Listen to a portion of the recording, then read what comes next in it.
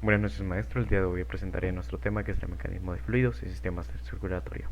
Integrantes: Adrián Costa Flores, Cris Benjamín Benítez Moreno, José León Torres, Kelly Madison Ríos Bendigoso, Roy Paul Méndez Martínez. Índice del contenido hasta la introducción: la hidrostática, presión sanguínea, medición con el Montreo, hidrodinámica, ecuación de continua de la aplicación de la circulación sanguínea, ley de posibilidades, factores de efecto en el flujo de sanguíneo como la viscosidad y la diovascular, número de Reynolds, que es el flujo laminal, versus turbulento en arterias, aplicaciones clínicas, que las arteriosclerosis, hipertensión y soplos cardíacos. Luego tenemos elementos prácticos, que es la demostración de medición de presión arteriales, análisis de casos clínicos como la alteración de los circulatorios.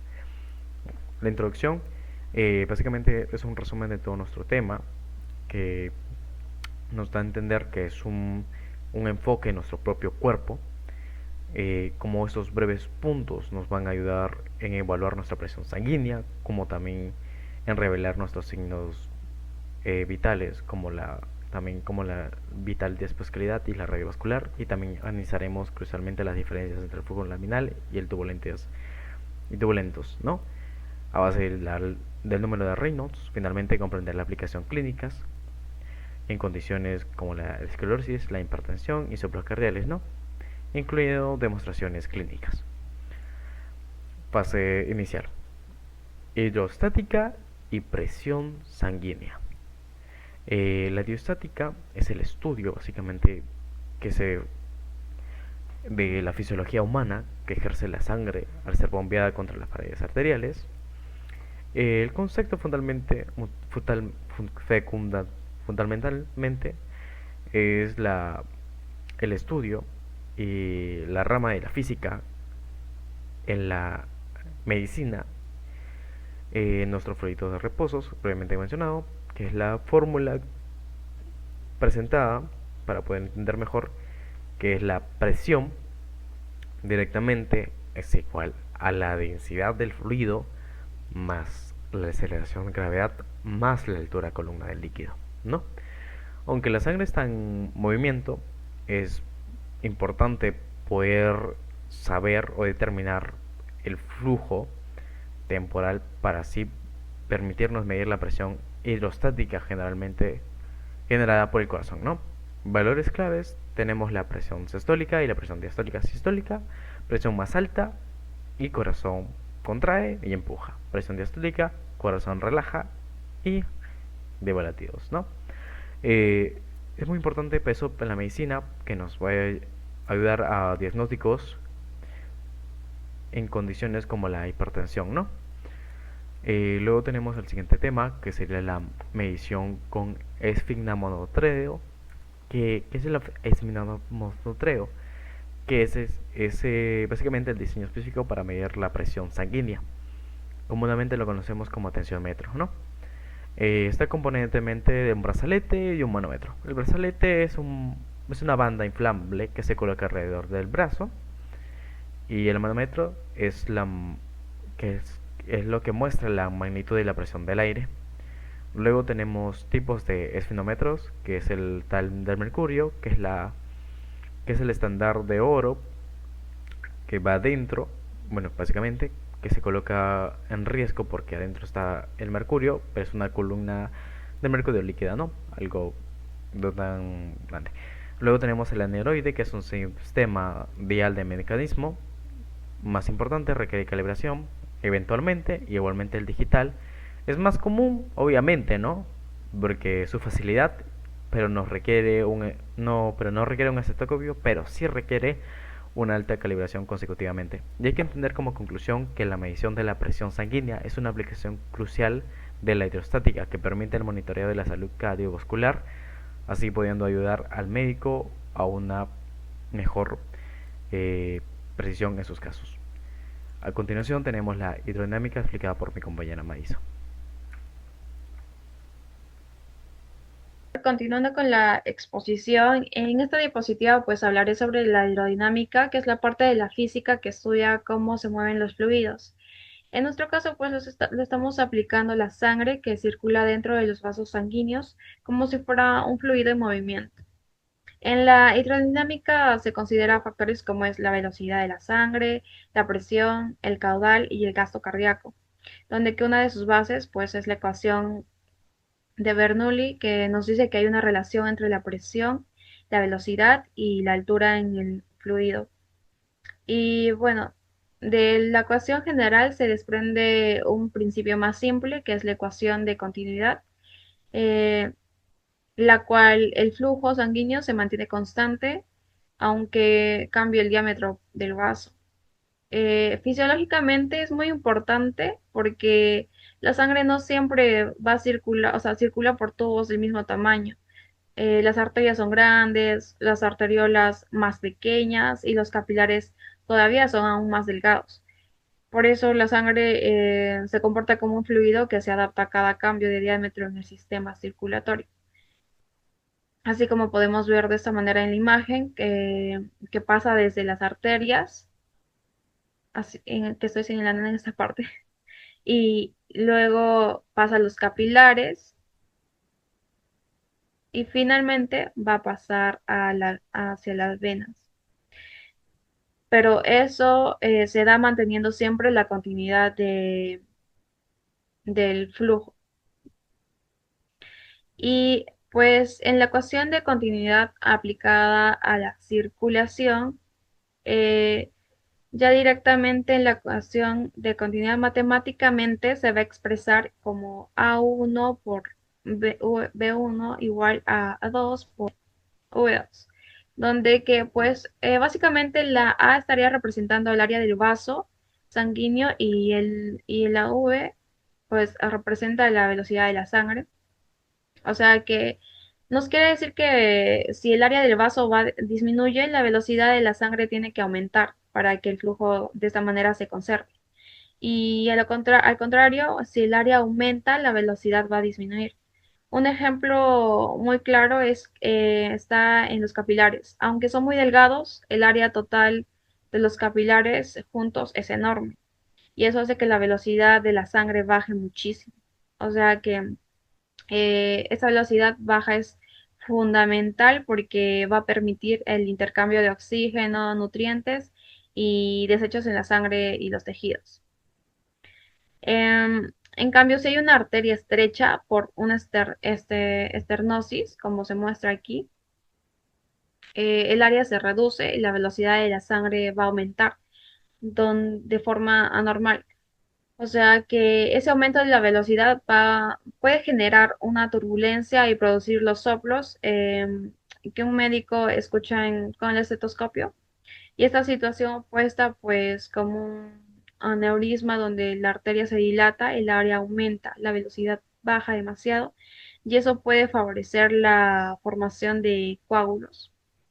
Por eso la ecuación de continuidad no solo es matemática, sino que tiene una aplicación directa a la salud. Y más para explicar esta imagen, en la parte izquierda podemos ver que la arteria está normal, el volumen o espacio interior está abierto, que es en esta parte. Y eso permite que la sangre fluya de manera uniforme. Bueno, aquí la velocidad de la sangre está adecuada porque el área del vaso es normal, ¿no? Y en la parte derecha, lo cual está con la esternosis, vemos que la arteria con estenosis, bueno, en este caso se ha acumulado placa en la pared, como se puede ver aquí, que se acumuló. Se puede ver esa placa en la parte del vaso, ¿no? Lo cual reduce el diámetro interno o lumen. Según la ecuación de continuidad, si el área va a disminuir, o bueno, disminuye, la velocidad de la sangre va a aumentar. Eso hace que el flujo se vuelva más rápido y turbulento. Este flujo turbulento es lo que va a generar los soplos, lo cual se va a dar aquí. Mm, que bueno, los médicos escuchamos con el estetoscopio, es como la sangre tiene que pasar a mayor velocidad por una zona angosta, la arteria se va a sobrecargar y el paciente puede presentar complicaciones como hipertensión o incluso también riesgo de infarto si la obstrucción progresa. Para continuar con la exposición, yo voy a hablarles sobre las aplicaciones clínicas. Así que vamos a empezar con la arteriosclerosis. Es el endurecimiento y pérdida de elasticidad en las arterias causada por la acumulación de grasa, colesterol y calcio, y otros elementos que puede variar. Esta forman placas que van a estrechar el paso de la sangre y pueden producir obstrucciones graves. Como se puede apreciar en la primera imagen, vemos una arteria sana y una arteria pues con grasa o colesterol, ¿no? Clínicamente va a ser importante porque puede originar infartos en el corazón, accidentes cerebrovasculares y enfermedad arterial periférica. Ahora pongamos un ejemplo, ¿no? Un hombre de 55 años ya, que fuma y tiene colesterol alto, empieza a sentir dolor en el pecho cuando camina rápido, ¿no? Al hacerle estudios, se descubre que tiene las arterias obstruidas por arteriosclerosis. Ahora, pasemos con lo que es hipertensión arterial.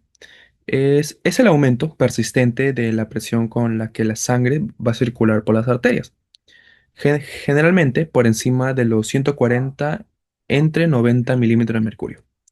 Este exceso de presión va a obligar al corazón a trabajar más y con el tiempo pues va a ir dañando los órganos, como el cerebro, el corazón, los riñones, los ojos. Es considerada un asesino silencioso, porque muchas veces no presenta síntomas hasta que pues aparecen complicaciones graves, repentinas. Ahora pongamos un ejemplo. Una mujer ya de 45 años acude al centro de salud porque tiene mareos frecuentes. Al tomar la presión, se van a registrar valores de 160 entre 100 milímetros de mercurio, confirmando que padece pues de hipertensión arterial. Ahora hablemos del último, que es de soplos cardíacos. Son ruidos que no son para nada normales, producidos por el paso turbulento de la sangre en el corazón, como si de un río se tratara, ¿no? Pueden ser inocentes o indicar una enfermedad valvular. Pongamos un ejemplo muy breve. A un niño de 7 años se le detecta un soplo en un chequeo, pero resulta ser inocente y solo requiere control médico. Eso sería pues las aplicaciones clínicas de la arteriosclerosis, hipertensión arterial y soplos cardíacos. Muchas gracias, les paso con mi siguiente compañero. Bueno, continuando con la exposición, mi nombre es Roy y en esta oportunidad les vengo a hablar sobre el número de Reynolds y cómo este está en el sistema circulatorio. Bueno, para entender cómo la sangre mueve por todo nuestro cuerpo, necesitamos reconocer el tipo de flujo que está en nuestros vasos sanguíneos. Este flujo puede ser de dos tipos, el flujo laminar o el flujo turbulento. Pero ¿cómo sabemos cuál está presente o cuál está ocurriendo en estos momentos? Aquí es donde entra un concepto muy importante de la física llamado el número de Reynolds. Este número es una herramienta que nos ayuda a predecir si el flujo sanguíneo es suave y ordenado, un flujo laminar, o si es caótico y desordenado, un flujo turbulento. El número de Reynolds se calcula con una fórmula que involucra 4 factores principales: la densidad de la sangre por la velocidad con la que esta circula, por el diámetro del vaso sanguíneo y todo esto entre la viscosidad de la sangre, como se muestra en la diapositiva. Sin entrar en demasiados detalles matemáticos, lo esencial que debemos saber es que esta combinación nos da un valor numérico que indica el comportamiento del flujo. Cuando el número de Reynolds es bajo, es decir, menor aproximadamente a 2000, el flujo es laminar. Esto significa que la sangre se mueve en capas paralelas, deslizándose suavemente unas sobre otras. Este tipo de flujo es silencioso y eficiente para transportar oxígeno y nutrientes por todo el cuerpo. Pero cuando el número de Reynolds es alto, por encima de los 3000, el flujo se vuelve turbulento. Esto significa que la sangre se comienza a mover de manera caótica, con remolinos y movimientos desordenados. Este tipo de flujo puede generar vibraciones que se escuchan como soplos cuando un médico escucha el corazón o las arterias con un estetoscopio. Ahora pasamos a la aplicación clínica. ¿Por qué es importante conocer el número de Reynolds en la medicina? Bueno, respondiendo a la pregunta, es porque el tipo de flujo sanguíneo está directamente relacionado con la salud cardiovascular de nosotros y de las demás personas. Por ejemplo, cuando una arteria se estrecha debido a una placa de aterosclerosis, el diámetro del vaso disminuye. Según la fórmula de Reynolds, esto hace que la velocidad del flujo aumente para poder pasar por este espacio reducido. Si la velocidad aumenta mucho, el flujo puede pasar a ser laminar a turbulento. Este flujo turbulento puede causar varios problemas. En primer lugar, los llamados soplos cardíacos, que son sonidos anormales que los médicos detectan con un estetoscopio. Estos soplos pueden indicar que una válvula del corazón no está funcionando bien o que hay un estrechamiento en alguna arteria. Además, el flujo turbulento puede dañar las paredes internas de los vasos sanguíneos, lo que aumenta el riesgo de la inflamación y formación de coágulos. También aumenta la carga de trabajo del corazón, lo que a largo plazo puede llevar a enfermedades con la hipertensión y la insuficiencia cardíaca. En resumen, para finalizar, el número de Reynolds nos ayuda a entender no solo cómo fluye la sangre, sino también cómo ciertas enfermedades afectan este flujo y nos permite detectar y prevenir complicaciones. Cuando un médico escucha el soplo del corazón o arteria, está detectando flujos turbulentos. Esto puede ser una señal para investigar enfermedades subyacentes como esteatosis vascular o hipertensión. En cambio, un flujo laminar indica un sistema circulatorio saludable y eficiente. Ahora les paso con mi siguiente compañero.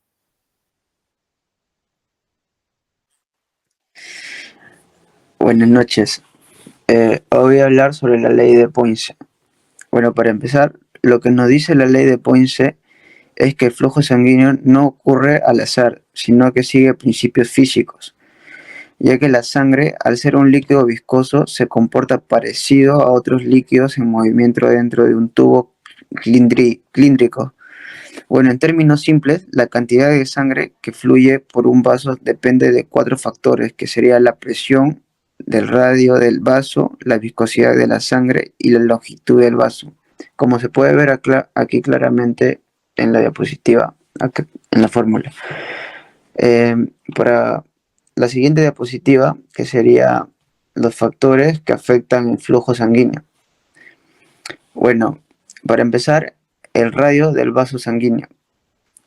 El radio tiene un papel crucial porque afecta el flujo de manera exponencial, ya que esto quiere decir que un pequeño cambio en el diámetro puede provocar un cambio enorme en el flujo, ya que este fenómeno explica por qué en la medicina hablamos tanto de la vasodilatación y la vasoconstricción. Cuando una arteria se dilata, entra mucha sangre, mientras que cuando se estrecha el flujo puede caer drásticamente. Ahora hablaré sobre la segunda, que sería la viscosidad de la sangre. La viscosidad es como la apertura de la sangre. Mientras más espesa, es más difícil, ya que vuelve que avance. Un ejemplo clínico claro es la policetimia, ya que en la cual hay demasiados glóbulos rojos y la sangre se vuelve espesa, aumentando el riesgo de trombos.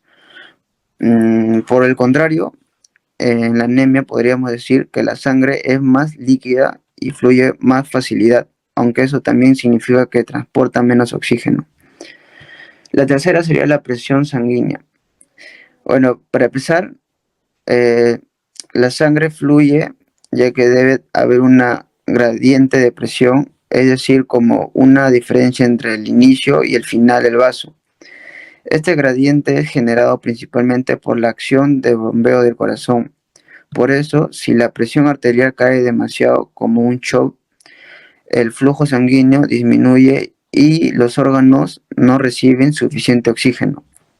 Y para finalizar, la longitud del vaso. Bueno, la longitud también influye. Cuanto más largo es el tubo, más difícil resulta el paso del líquido. En el organismo humano, la longitud de los vasos no varía mucho en el día al día, por lo que su impacto es menor en comparación por el radio o la viscosidad.